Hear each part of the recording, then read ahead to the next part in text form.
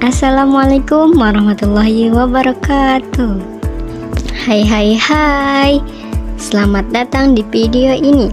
Bareng saya Susilawati dari Program Studi Manajemen STE Dwi Mulia.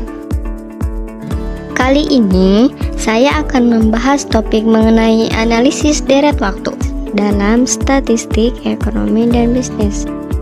Buat kamu yang masih mikir, deret waktu apa sih? Atau arima tuh nama makanan Korea ya? Sabar, semua bakalan saya jelaskan dalam video kali ini. Video ini saya buat juga buat memenuhi tugas mata kuliah Statistika Ekonomi dan Bisnis. Jadi, semoga kamu yang nonton juga bisa ikut dapat ilmunya. Kita belajar bareng-bareng ya. Yuk langsung saja kita mulai petualangan statistik kita hari ini. Kita mulai pembahasannya. Kita masuk ke slide pertama, di mana pengertian analisis deret waktu. Analisis deret waktu adalah metode statistik untuk menganalisis data berdasarkan urutan waktu tertentu. Digunakan untuk memahami pola, tren, dan membuat prediksi berdasarkan data historis. Jadi sederhananya, analisis deret waktu adalah cara kita menganalisis data yang tercatat berdasarkan waktu. Misalnya, data penjualan tiap bulan, harga barang setiap tahun, ataupun jumlah pengunjung tiap hari. Adapun tujuan utamanya adalah untuk melihat pola, apakah datanya naik terus atau turun, atau bahkan naik turun secara musiman. Itulah kenapa analisis deret waktu sangat penting, terutama di bidang ekonomi dan bisnis. Intinya, analisis deret waktu ini adalah cara melihat pola dari data yang dicatat berdasarkan waktu, supaya kita bisa buat prediksi untuk kedepannya. Nah, lanjut ke slide selanjutnya. Ada manfaat analisis deret waktu, yaitu yang pertama, memprediksi tren masa depan dalam ekonomi dan bisnis. Yang kedua, membantu dalam pengambilan keputusan berbasis data. Yang ketiga, mengidentifikasi pola musiman dan fluktuasi. Nah, itulah manfaat dalam analisis deret waktu. Jadi analisis ini membantu kita memprediksi tren, membuat keputusan berdasarkan data, merencanakan produksi sesuai musim, dan juga mengevaluasi efek kebijakan ekonomi. Jadi sangat bermanfaat bagi pemerintah, perusahaan, bahkan pelaku UMKM. Nah, selanjutnya di slide selanjutnya ada jenis data dalam analisis deret waktu.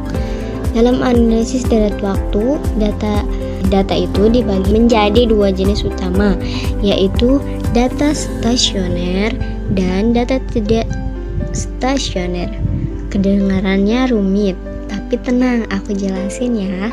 Nah, perbedaan dari data yang stasioner dan data yang tidak stasioner, yaitu data stasioner di mana data yang rata-rata, variansi, dan pola statistiknya relatif tetap sepanjang waktu. Nah, jadi data stasioner ini mean atau rata-ratanya tetap tidak mengalami perubahan. Ciri-cirinya seperti tidak ada tren naik atau turun secara signifikan, terus tidak adanya pola musiman, dan fluktuasinya kecil dan stabil. Contohnya tuh seperti misalnya jumlah pengunjung warung kopi yang rata-rata selalu sekitar 50 orang setiap hari selama setahun tanpa perubahan yang signifikan. Nah, data stasioner itu ibarat grafik yang datanya stabil walaupun naik turun sedikit, tapi dia tidak ada tren naik terus atau turun terus. Jadi datanya stabil. Sedangkan data tidak stasioner yaitu data yang memiliki tren, perubahan variansi, atau pola musiman dari waktu ke waktu. Jadi data yang tidak stasioner ini memiliki tren atau memiliki perubahan dari waktu ke waktu.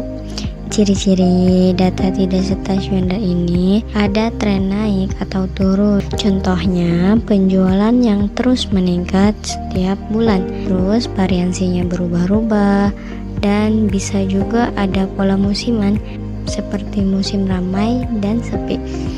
Contohnya nih, seperti penjualan baju yang meningkat terus dari bulan Januari ke Desember karena mendekati akhir tahun dan liburan, atau data harga cabai yang naik terus tajam sepanjang tahun. Nah, jadi yang tidak stasioner ini grafik yang naik terus atau naik turun tapi ekstrim banget. Kita tidak bisa langsung analisis data tersebut karena model statistik butuh data yang stabil dulu baru bisa dianalisis. Jadi intinya data stasioner itu kayak jalan datar yang tenang dan mudah untuk diprediksi, sedangkan data tidak stasioner itu kayak jalan gunung yang bergelombang dan susah ditebak. Makanya dalam analisis deret waktu kita harus tahu dulu jenis datanya sebelum pakai model. Lanjut ke slide visualisasi data dalam analisis deret waktu.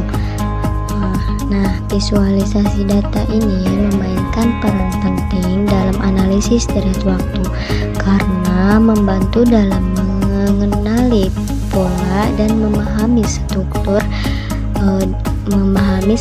data secara lebih intuitif.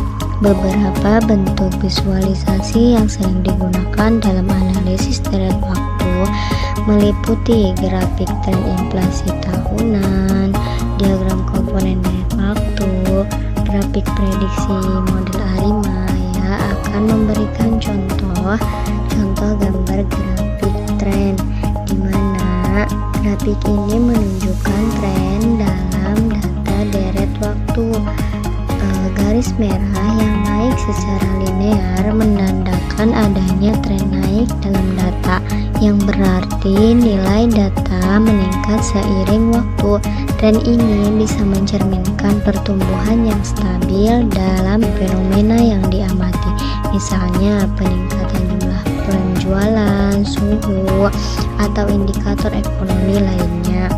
Contoh selanjutnya ada diagram komponen deret waktu. Contoh gambar grafik kedua ini menggambarkan pola musiman atau seasonality dalam data. Garis biru berbentuk gelombang sinusoidal menunjukkan bahwa data mengalami fluktuasi berkala dalam periode tertentu. Pola musiman ini bisa terjadi dalam berbagai konteks, seperti penjualan yang meningkat pada musim tertentu, contohnya pada saat lebaran atau Natal, dan pola cuaca yang berulang setiap tahun, atau tren mingguan dalam data transportasi. Selanjutnya contoh gambar ketiga, prediksi ARIMA, di mana grafik ini menunjukkan data akrual dan data hasil prediksi ARIMA, di mana garis hitam menunjukkan data akrual dan garis hijau putus-putus ini menunjukkan hasil prediksi ARIMA. Data akrual tampak memiliki variabilitas tinggi namun memiliki tren naik. Model ARIMA Autoregressive Integrated Moving Average digunakan untuk membuat prediksi berdasarkan pola historis data. Nah, bagian garis hijau putus-putus ini menunjukkan prediksi model ARIMA untuk periode mendatang berdasarkan pola yang telah dipelajari dari data historis tersebut. Kenapa sih visualisasi ini penting? Karena kalau kita lihat data deret waktu dalam bentuk tabel saja, misalnya nih angka pendapatan dari 2010 sampai 2024, mungkin kita akan sulit memiliki pola. Tapi kalau data itu kita gambar dalam bentuk grafik garis, kita bisa langsung melihat pertama, apakah nilainya naik terus atau trennya positif? Yang kedua, apakah ada pola berulang setiap tahun atau musiman? Yang ketiga, apakah nilai naik atau turun tajam atau fluktuatif atau acak? Jadi visualisasi data adalah cara melihat cerita yang tersembunyi di balik angka, khususnya pola-pola yang penting dalam analisis deret waktu. Baik, kita lanjut ke slide selanjutnya tentang tantangan dalam analisis deret waktu. Misalnya kalau data tidak stasioner harus diolah dulu. Kalau ada data ekstrim seperti saat COVID-19, hasil prediksi bisa meleset, dan memilih model juga tidak boleh sembarangan, karena jika salah model hasil tidak akan akurat. Jadi harus pintar-pintar memilih model analisis deret waktu dari data yang sudah kita punya untuk menghasilkan prediksi yang akurat dan tidak meleset. Nah, selanjutnya ada keunggulan dan keterbatasan analisis deret waktu, di mana keunggulannya yaitu akurat dalam memprediksi tren berdasarkan data historis. Di mana ada keunggulan pasti ada keterbatasan, di mana keterbatasan dalam analisis deret waktu ini tidak selalu menangkap faktor eksternal yang memengaruhi data. Ada beberapa model utama yang sering dipakai, yaitu ada R autoregresif, yaitu model ini memprediksi data masa depan berdasarkan nilai di masa lalu. Contohnya memperkirakan harga beras bulan ini berdasarkan harga beras bulan-bulan sebelumnya. Nah, sedangkan MA atau moving average, model ini memprediksi berdasarkan kesalahan atau error dari prediksi sebelumnya. Jadi bukan hanya melihat nilai data, tapi juga bagaimana model meleset sebelumnya. Contohnya memprediksi inflasi dengan melihat pola kesalahan dari prediksi sebelumnya. Yang selanjutnya ARIMA. Ini gabungan dari AR dan MA, digunakan untuk data yang tidak stasioner atau data yang trennya berubah-ubah. Contohnya memprediksi pertumbuhan GDP di Indonesia dari tahun ke tahun. Selanjutnya ada SARIMA, yaitu ini seperti ARIMA tapi tambah dengan kemampuan mendeteksi pola musiman. Contohnya memprediksi penjualan baju yang selalu naik saat lebaran atau Natal. Nah, selanjutnya atau yang kelima itu ada R, di mana model ini digunakan saat kita ingin menganalisis lebih dari satu variabel deret waktu secara bersamaan. Contohnya menganalisis hubungan antara suku bunga, inflasi, dan nilai tukar. Itu kan lebih dari satu variabel. Jadi kalau lebih dari satu variabel, kita ingin menganalisisnya secara bersamaan, kita menggunakan model R. Dengan memilih model yang tepat, analisis deret waktu jadi lebih akurat dan bisa digunakan untuk mengambil keputusan yang lebih baik dan ekonomi maupun bisnis. Nah, sekarang kita masuk ke contoh nyata supaya kita lebih paham gimana analisis deret waktu itu dipakai. Studi kasus, misalnya nih kita punya data inflasi dari tahun 2000 sampai 2004. Jadi kita tahu inflasi tiap tahun naik turun segimana.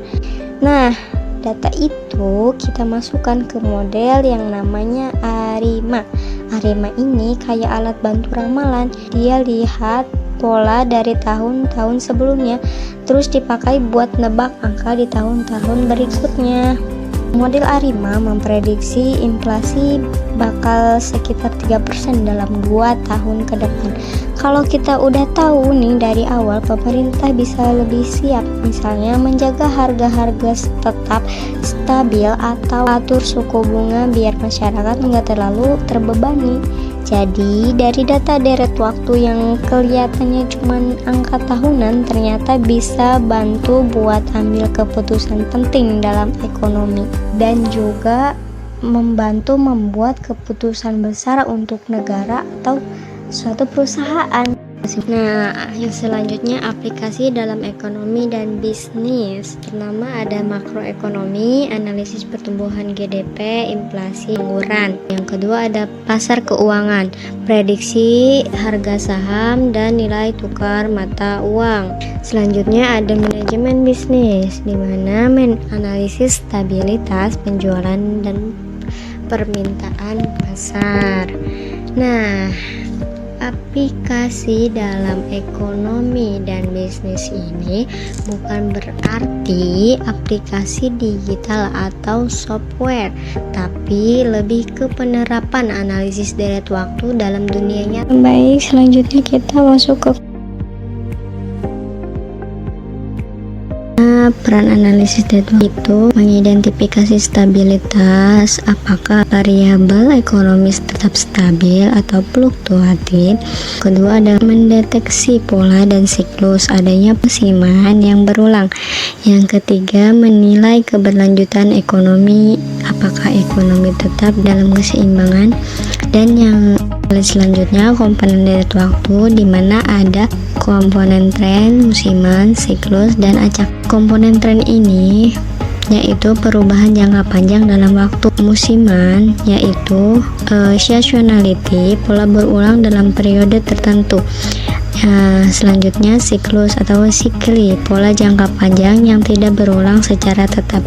Yang selanjutnya ada acak, irregulasi atau noise, di mana fluktuasi tidak teratur dalam data. Dalam analisis deret waktu ada beberapa langkah-langkah. Yang pertama, kita harus mengumpulkan data historis terlebih dahulu. Yang kedua, memeriksa stasioner data, apakah datanya sudah stasioner, apakah datanya belum stasioner. Dan yang ketiga, mengidentifikasi model yang sesuai. Untuk mengidentifikasi ini dilihat dari data yang sudah dikumpulkan. Setelah itu melakukan estimasi parameter model, dan selanjutnya atau yang terakhir itu menganalisis hasil dan membuat prediksi. Kesimpulannya, analisis deret waktu adalah alat penting dalam ekonomi dan bisnis. Berbagai model digunakan untuk memahami pola dan membuat prediksi, dan pemilihan model yang tepat dan pemrosesan data yang benar sangat penting untuk hasil yang akurat. Jadi, analisis deret waktu adalah alat yang sangat penting dalam ekonomi dan bisnis. Mulai berbagai model seperti ARIMA, SARIMA, dan PAR, kita dapat memahami pola dalam dua historis dan membuat prediksi untuk masa depan. Meskipun ada tantangan yang dihadapi, terutama dalam hal stasionaritas data dan pemilihan model yang tepat, manfaat dari analisis deret waktu sangat besar, baik dalam pengambilan keputusan maupun kebijakan ekonomi. Nah, kalau analisis deret waktu ini digunakan dengan benar, bisa membantu perencanaan dan pengambilan keputusan yang lebih tepat. Tetapi kita juga harus hati-hati dengan tantangan-tantangan teknis yang ada. Nah, itu dia obrolan kita soal deret waktu. Ternyata statistik enggak semenyeramkan itu kan. Dari data yang cuman deretan angka bisa meramal masa depan. Bukan pakai kartu tarot ya, tapi pakai model keren kayak ARIMA dan SARIMA. Makasih sudah menemani saya sampai akhir. Sampai ketemu di video berikutnya. Kalau tugasnya nambah lagi ya. Stay driven dan jangan takut sama statistik. Bye bye. Jangan lupa like, comment, and subscribe.